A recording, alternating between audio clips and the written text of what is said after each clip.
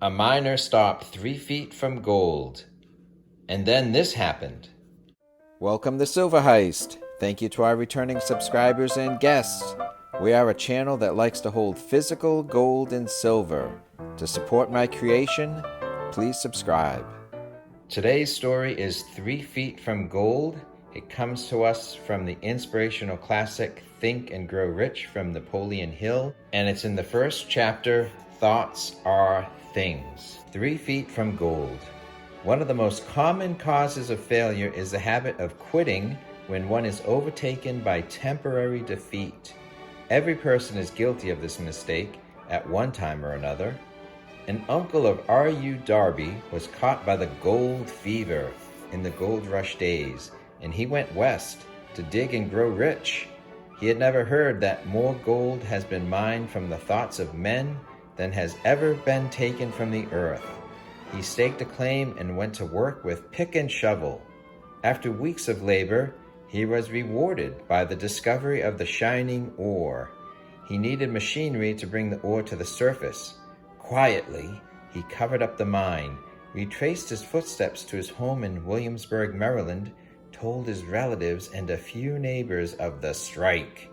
They got together money for the needed machinery and had it shipped. The uncle and Darby went back to work the mine.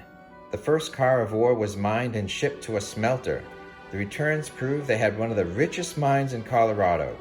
A few more cars of that ore would clear the debts.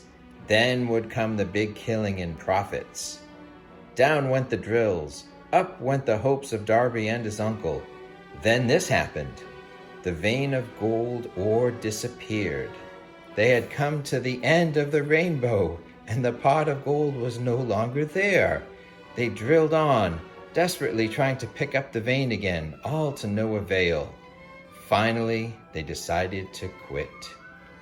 They sold the machinery to a junk man for a few $100s and took the train back home. The junk man called in a mining engineer to look at the mine and do a little calculating.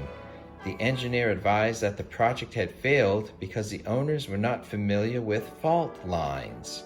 His calculation showed that the vein would be found just 3 feet from where the Darbys had stopped drilling. That is exactly where it was found. The junk man took millions of dollars in ore from the mine because he knew enough to seek expert counsel before giving up. Long afterward, Mr. Darby recouped his loss many times over when he made the discovery that desire can be transmuted into gold. The discovery came after he went into a completely different business. Remembering that he had lost a huge fortune because he stopped 3 feet from gold, Darby profited by the experience in his new chosen work, by the simple method of saying to himself, "I stopped 3 feet from gold, but I will never stop now." He owed his stickability to the lesson he learned from his quit ability in the gold mining business. Before success comes in any man's life, he is sure to meet with much temporary defeat and perhaps some failure.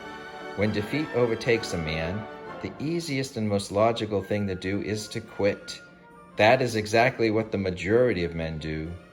More than 500 of the most successful men this country has ever known told the author that their greatest success came just one step beyond the point at which defeat had overtaken them.